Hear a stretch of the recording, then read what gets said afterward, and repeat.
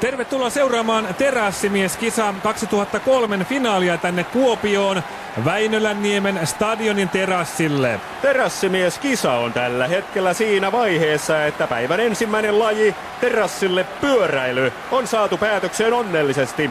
Ainoastaan Seinäjoen Malja-Jussien Raatti Matkaniva ei saanut kotoa lupaa lähteä urheilemaan. Raatti lupasi kuitenkin tulla katsomaan, onko terassilla tilaa heti, kun hän on saanut ruohon leikattua. Näin on. Tällä hetkellä täällä on meneillään Terassimies-kisan toinen laji, baaritiskillä juokseminen. Ja johdossa on Kuopion Pulloseuran Rönö Säyneen Salo, joka on tähän mennessä ehtinyt hakea tiskiltä jo 7 muovituopillista keskiolutta ja tyhjentää ne pöydässään istuen ja viereiseen pöytään huudellen. Rönö on saanut aikaan jo 3 tappelun alkua, toisin kuin Oulun Lappoa edustava Iinatti Äimä Rautio, joka on vasta 5. tuopissa ja 2. tappelussaan. Siten on siideri.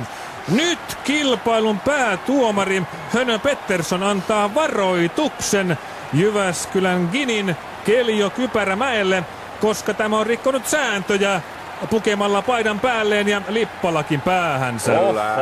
Kyllä. Niin, Suomen kansainvälisen Terassimieskisaliiton sääntöjen mukaanhan kilpailijoilla saa olla yllään vain vyölaukku, haalistuneet farkkushortsit, joiden takataskussa on lompakko, ja jalassa on vähintään 5 vuotta vanhat lenkkitossut sekä samaa vuosikertaa olevat valkoiset tennissukat. Näin on Näkäräinen. Kyllä. Kilpailun alussahan varustetuomari tarkasti kilpailijoiden asut ja varusteet ovat ilmeisesti kunnossa, sillä varustetuomari makaa vieläkin pyörtyneenä tuolla ruohikolla. Niin näyttää Täten on toti. Kyllä. Ja nyt täällä stadionin terassilla kisan toinen laji, baaritiskillä juokseminen, on päättynyt. Ja näyttää siltä, että Saarijärven Kallistuksen tölskä tuohimutka on noussut yllättäen kakkoseksi. Kyllä, näin näyttää olevan. Koska hän on polttanut helteessä eniten nahkaansa. Kuten on konjakki. Tölskän tunipunainen selkä ja hänen helakkana hehkuva otsansa loistavat tänne selostuskoppiin saakka. Hyvin näkyy. Ja tulostaulun mukaan hänellä on myös lievä auringonpistos. Ja nyt Terassimieskisan kilpailijat aloittavat 3. lajia, joka on vessassa juokseminen.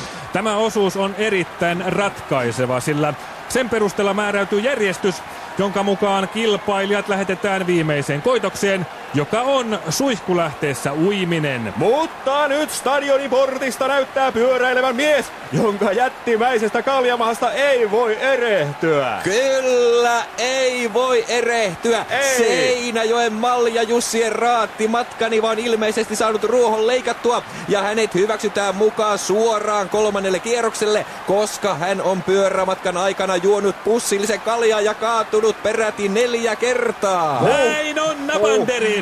Me palaamme tänne Terassimieskisän tunnelmiin kello 15.52 heti kännissä veneilysään ja uutisten jälkeen.